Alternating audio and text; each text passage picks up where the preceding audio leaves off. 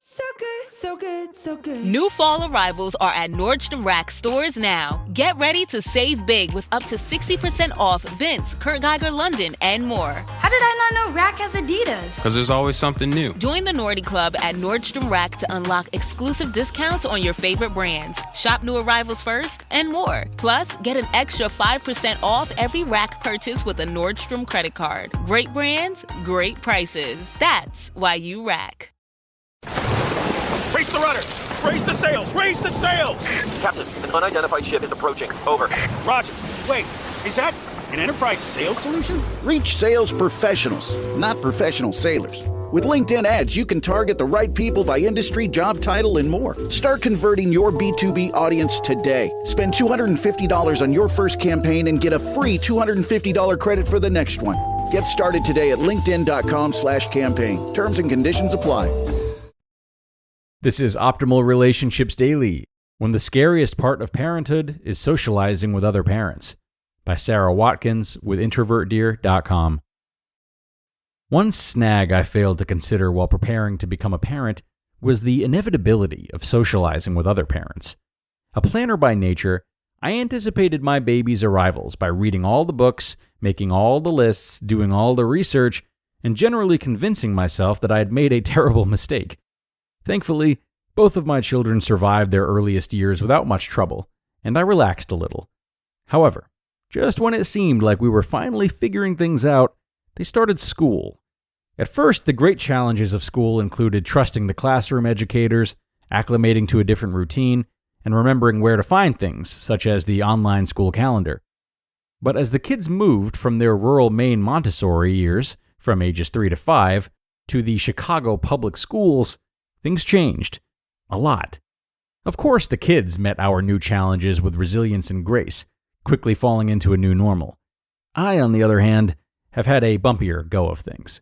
You see, as an introvert, the scariest part of parenthood for me is socializing with other parents.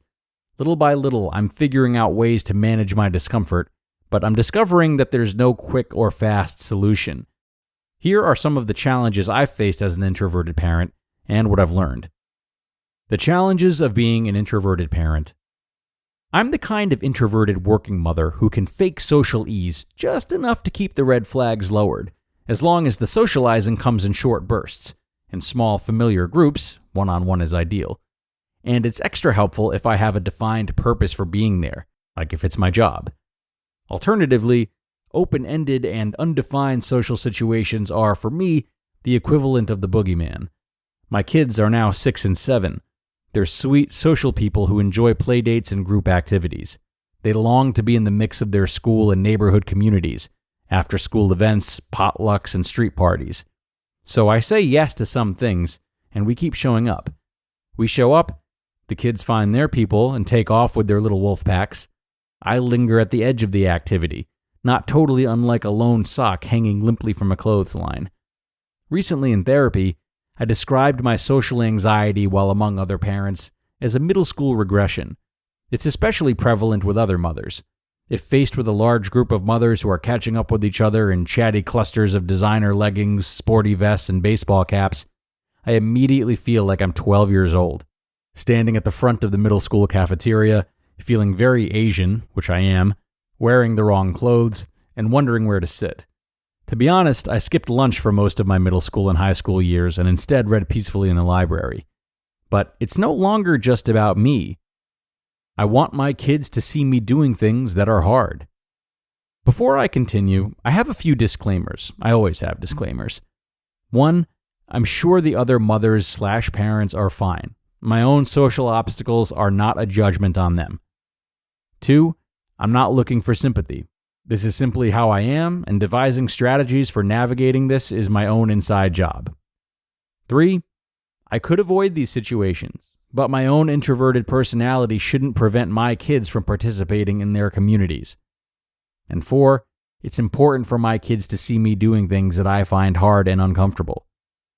When I spoke to my therapist about this particular issue, she reminded me that many people struggle to find their place among other parents. On one hand, this is a good reminder that we all have our challenges, introverted or not, but dealing with it sometimes calls for very different game plans depending on the individual. The other day, I read this article in the New York Times called "Making Friends with Other Parents is Like Dating." While I found it interesting, the tips didn't resonate as much as I'd hoped because I'm not trying to find my next BFF. The article touches upon the awkwardness and uncertainty among peer parents, but it encourages friend-making. I do enjoy my friends and occasionally developing new friendships, but my main goal is to feel at peace when required to share space with other people. What I've learned. It's not easy being an introverted parent, but learning to look at things a little differently has helped me when I've found myself volunteering in my kids' classrooms, at a mother-son dance, or at a school potluck. If you're an introverted parent, I hope these 3 things help you too. Number 1, it doesn't matter what anyone thinks of me. This is easier than it sounds because unfortunately, I do care what people think of me. I'm not sure why this is, but whatever the reason, the best way forward, as author Anne Lamott reminds us, is bird by bird. And as Glennon Doyle reminds us, we just have to do the next hard thing. So if my strongest instinct is to bring a book and read quietly while the kids are playing, I should read my book. Yes, it makes me fairly unapproachable and perhaps to some a little rude, but if I'm not causing harm, if I'm keeping an eye on my kids and I don't feel like practicing the small talk, then really I should be able to read my book. Number 2, if I feel like hanging with just kids, that's fine too. I am the mom who prefers to be with the kids. The kids' space feels down to earth, authentic and comfortable. I find myself at times in the center of a kid's circle. My kids will come tell me something, their friends will follow, and the next thing I know, we're in a discussion about their game, their classroom, or a funny joke someone just learned. Perhaps I am not intimidated by elementary school kids because they are usually the only ones who are shorter than I am, but it's probably because they're the most fun. Number 3, don't place expectations on any situation. As introverts, our minds are always going, imagining what might be coming up next. So this point is possibly the hardest one for me. However, if I don't have any expectations for whatever I'm doing, I can relax a little. This is more of an overall life strategy, but it can work well with other parents. If I do not expect anyone to interact with me in any specific way, if I don't expect to feel like a weirdo while I'm doing my own thing, if I don't expect any event to be great or terrible, it's easier to find moments where I can be present. Recently, I was sitting on a bench, listening to a podcast, watching my son play at the park. Another mom came up and sat next to me, commenting that sitting quietly seemed like a good idea. So that's what we did. We sat peacefully together, without awkwardness or expectation, simply watching our kids play. Sometimes it's enough to just show up. So I will. I will show up when it's important for my kids, and I will continue to challenge myself to find my place among other parents. Sometimes it'll be scary, but sometimes it might be pretty good. Most often, I imagine it'll fall somewhere in the middle. And that in itself is a valuable message for my kids. In our family, we try hard. We do things that scare us. And even when the results are average at best, we should still feel okay about it. You just listened to the post titled, "When the Scariest Part of Parenthood is Socializing with Other Parents," by Sara Watkins with introvertdear.com. Abercrombie denim is everything right now. Denim should feel like this. Confident, easy, like your butt has never looked better. If you didn't know, Abercrombie's Curve Love denim went viral in 2019 for eliminating waist gap, and it's still a game changer. Between that and their classic fits with a straighter line from waist to hip, the perfect denim does exist. Shop Abercrombie denim in the app, online, and in store. Ford Blue Cruise hands-free highway driving takes the work out of being behind the wheel, allowing you to relax and reconnect, while also staying in control. Enjoy the drive in Blue Cruise-enabled vehicles like the F-150, Explorer, and Mustang Mach-E. Available feature on equipped vehicles. Terms apply. Does not replace safe driving. See Ford.com/BlueCruise for more details. And thanks so much to Sara for this post that I'm sure a lot of parents out there will appreciate.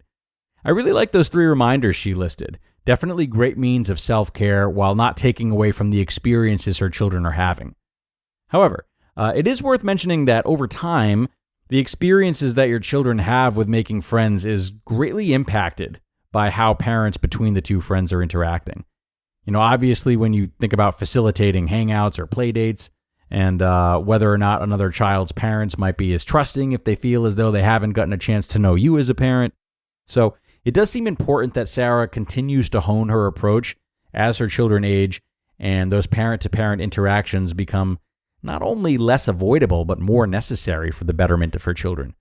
And I'm sure considering it through that lens will help her or any parent in a similar situation to either dig in a bit more when appropriate or look for opportunities to interact with parents in which she feels particularly empowered or relaxed. Because not only can interacting with parents help our children, but as we talk extensively with these fellow parents, we can learn from them. We can get tips from them, which helps us help our children. Food for thought, parents. Aside from that, have a great rest of your day, and I will see you tomorrow for another post where your optimal life awaits.